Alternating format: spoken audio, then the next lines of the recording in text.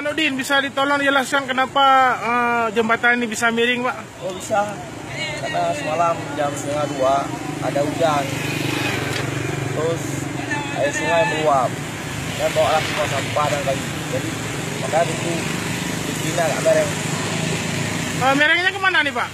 Merengnya kalau darah dari Banda Aceh menuju Medan, merengnya agak ke kanan. Jadi mobil harus ambil ke kiri. Kalau ambil ke kanan, parah.